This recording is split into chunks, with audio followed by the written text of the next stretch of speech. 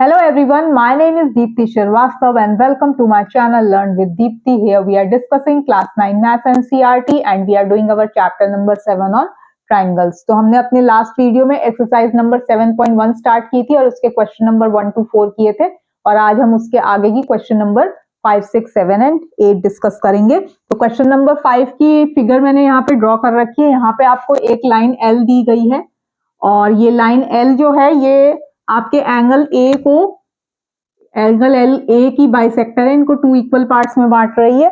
B is any point on L and it is perpendicular BP and BQ. They are the two perpendiculars drawn on two arms of L. ठीक है, ये चीजें यहाँ पे आपको ये चीजें गिवन है। तो आपको अब क्या क्या प्रूफ करना है। टू प्रूफ में है आपके पास कि भाई ट्राइंगल जो है आपका AQB is congruent to triangle ABP।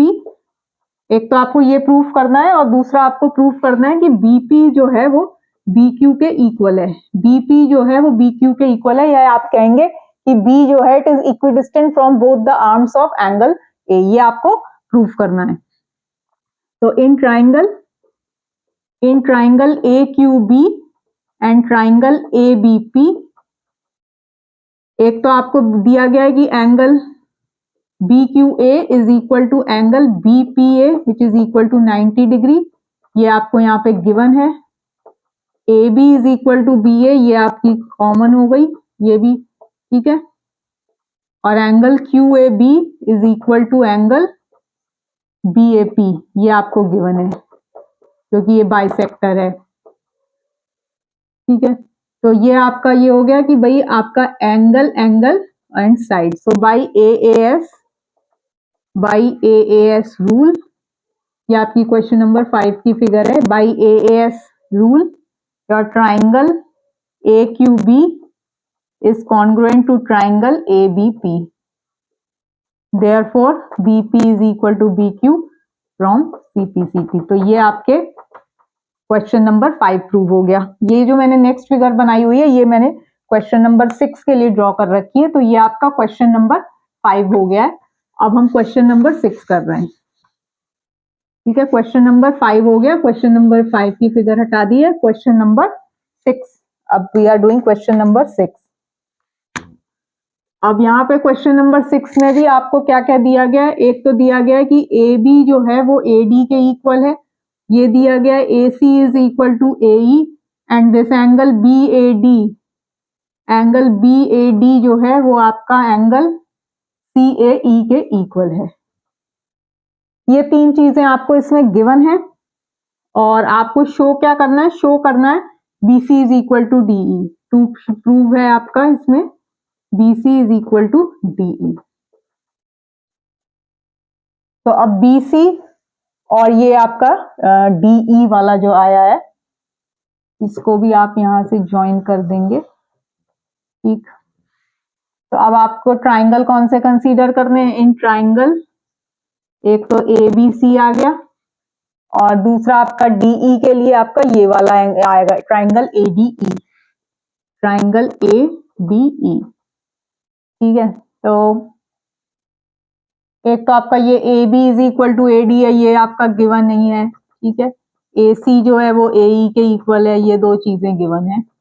दूसरा क्या गिवन है कि angle BAD is equal to angle CAE, ये गिवन है। अब हम क्या कर रहे हैं, ध्यान से देखिए, हमें इस पूरे एंगल के लिए ये पूरा एंगल चाहिए और इस वाले एंगल के लिए भी ये पूरा ही चाहिए। तो हम ये वाला एंगल दोनों साइड यहाँ पे ऐड कर रहे हैं, एंगल DAC BAD में प्लस एंगल, दोनों साइड अगर हम DAC ऐड कर देते हैं तो हमारी इक्वेशन पे कोई फर्क नहीं पड़ेगा। तो हमने दोनों ही साइड DAC ऐड कर दिया। तो आपके बाद यहां से एंगल आ गया BAC, ये BAC आ गया और ये आ गया आपका एंगल DAE। तो ये आपका एंगल आ गया, ये भी आपका एंगल आ गया। सो इसके बाद हम यहाँ पे लिखेंगे सो फ्रॉम SAS रूल। SAS क्यों लगाया है, SAS हमने ये आपका ये इसके इक्वल था। SAS इसलिए लगाया कि एक ये साइड है एक ये साइड है और इनके ये बीच का हमने एंगल यहां से निकाला है। तो from SAS rule your triangle ABC is congruent to triangle ADE and therefore आपका BC जो है वो DE के इक्वल है from corresponding part of congruent triangle और from the CPCT who have proved that they are equal। ठीक, तो ये आपका क्वेश्चन नंबर 6 हो जाता है। अब हम क्वेश्चन नंबर अपना 7 करने जा रहे हैं।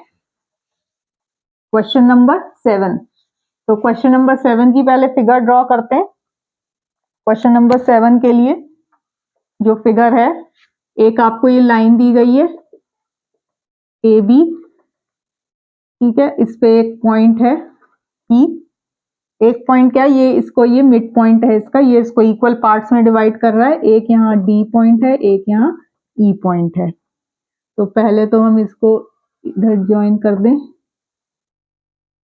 और ये E पॉइंट को भी P से ज्वाइन कर दिया है, और एक बार ये E को B से किया है और ये D को A से किया है।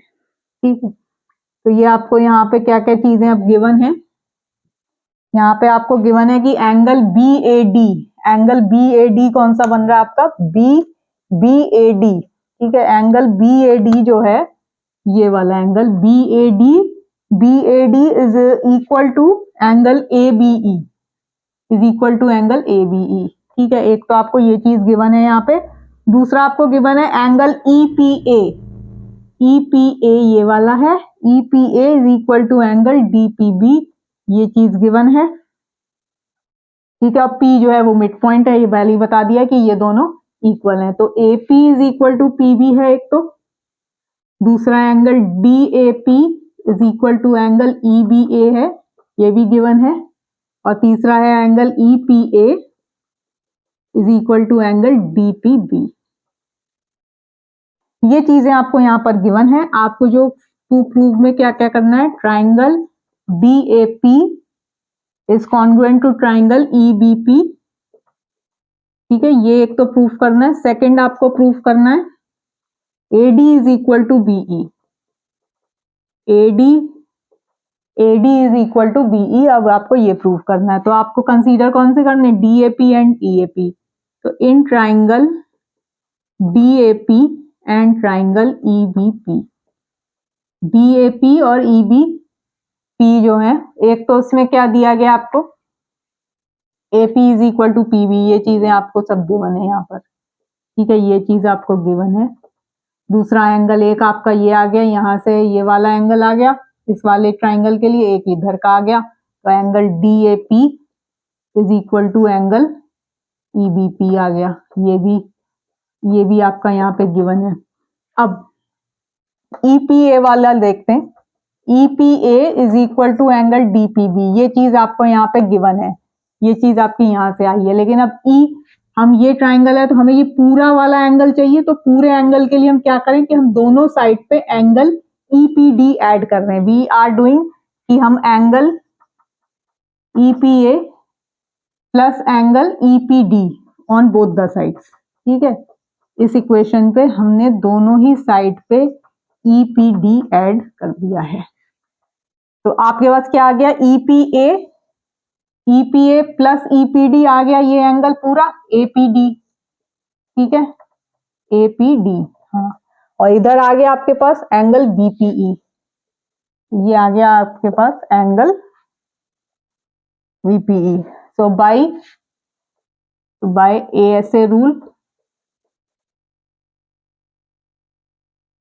तो ये आपका आ गया, क्योंकि ये एक एंगल ये वाला पूरा आ गया, एक ये, और इनके बीच की जो इंक्लूडेड साइड है वो ऑलरेडी हम बता चुके हैं कि इक्वल है। तो by ASA rule your triangle DAP is congruent to triangle EBP, और AD therefore AD is equal to BE from corresponding parts of congruent triangle। ठीक है, तो ये आपका क्वेश्चन नंबर 7 हो गया। Now we are doing question number 8 which is the last question for exercise number 7.1।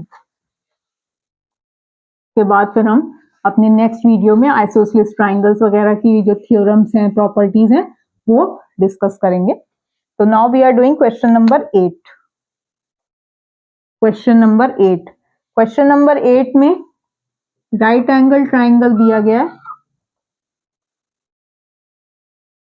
ठीक है, right angle triangle A B and C, ठीक है, और एक इसका ये मिड पॉइंट लिया हुआ है, तो यहाँ प्रोड्यूस करके ये एक बी है, ठीक है। तो ये in a right triangle ABC it is right angle at CM is the mid point of hypotenuse AB। M जो है, M इज द, ये इसका मिड पॉइंट है, तो ये इसको इक्वल पार्ट AB को थ्रू इक्वल पार्ट्स में बांट रहा है। And C is joint to M, C को आपने C is joint to M and then it is further produce to D तक प्रोड्यूस किया such that DM is equal to CM। ये भी आपके दोनों इक्वल है, ये आपको यहाँ पे गिवन है। तो आपको क्या शो करना है, एक तो शो करना है कि triangle AMC is congruent to triangle BMD। AMC is congruent to triangle, पहले हम एक एक पार्ट करते हैं। तो AMC और ये वाला एंगल है, ठीक है। तो अब आपका एक तो इसमें क्या है भाई, MB is equal to MA है, ये चीज आपको यहाँ पे गिवन है, ठीक है। DM is equal to CM, ये भी आपको गिवन है। अब ये देख लीजिए, ये दो एंगल्स इक्वल होंगे क्योंकि ये दोनों वर्टिकली ऑपोजिट एंगल्स बन जाएंगे। तो angle DMB is equal to angle AMC, vertically opposite angles. तो ये आपका आ गया फ्रॉम, तो ट्राइंगल AMC जो है इज कॉन्ग्रुएंट टू BMD, और इसमें रूल आपका क्या लगा, SAS रूल। ये साइड है, ये साइड है, इनके बीच का इंक्लूडेड एंगल है। So from SAS rule you have prove that triangle AMC is congruent to triangle BMD। Second आपको प्रूव करना है कि angle DBC is equal to 90 degree, या एंगल DBC जो है वो भी 90 डिग्री के इक्वल है। अब आपको ये चीज यहाँ पर प्रूफ करनी है। तो इसके लिए आप देखेंगे कि अब ये, क्योंकि ये दोनों ट्राइंगल्स कॉन्ग्रुएंट हैं, ये दोनों ट्राइंगल्स आपने कॉन्ग्रुएंट करें, तो as triangle AMC is congruent to triangle BMD, तो आप लिखेंगे एंगल MAC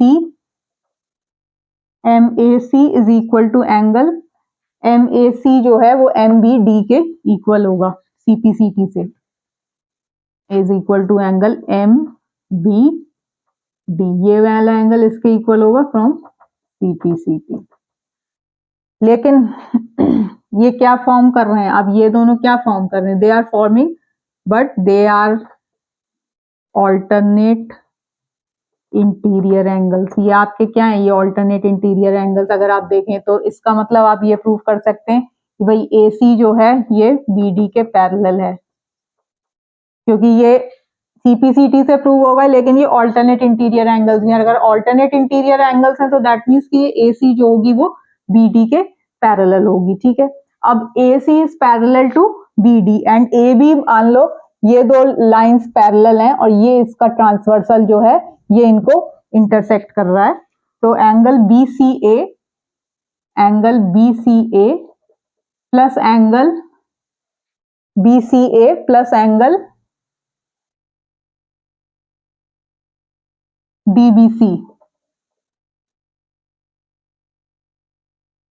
अब आप देखो, ये एक एंगल है BCA प्लस एंगल DBC, ये वाला एंगल, ठीक है। ये दोनों क्या थी, ये दोनों वो थी आपकी ये वाली दो आपकी पैरेलल लाइंस हैं, ठीक है। और ये आपको अब यहाँ पे इसको आपने ट्रांसवर्सल की तरह आपने लिया, तो angle BCA,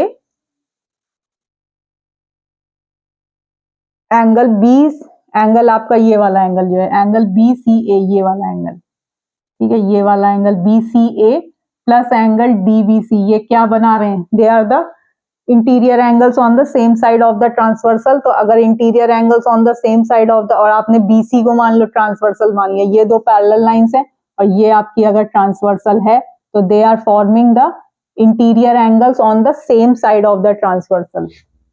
So they are the interior angles on the same side of transversal, और ट्रांसवर्सल क्या कंसीडर कर रहे हैं हमने, बीसी कंसीडर किया है।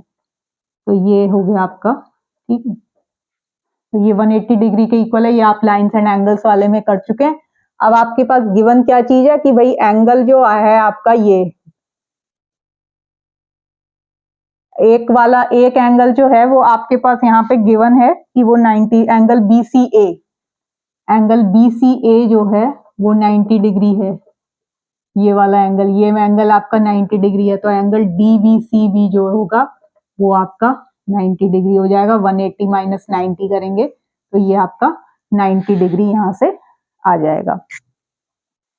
तो ये भी आपका आ गया 90 डिग्री, ठीक है। तो ये आपने अभी फर्स्ट एंड सेकंड पार्ट कर लिए। अब हम इसका थर्ड पार्ट करने जा रहे हैं, क्योंकि जो फर्स्ट एंड सेकंड के ही कुछ रिजल्ट्स जो होंगे वो आप उसमें थर्ड एंड फोर्थ पार्ट में भी, इसके क्वेश्चन नंबर 8 का थर्ड एंड फोर्थ पार्ट भी कर लेंगे। तो हमने अभी 2 पार्ट बता दिए, अब थर्ड पार्ट बता रहे हैं। थर्ड पार्ट में आपको प्रूफ करना है कि triangle DBC is congruent to triangle ACB। Triangle DBC is congruent to triangle DBC is congruent to triangle ACB। तो सबसे पहले BC तो कॉमन ही है, ठीक है।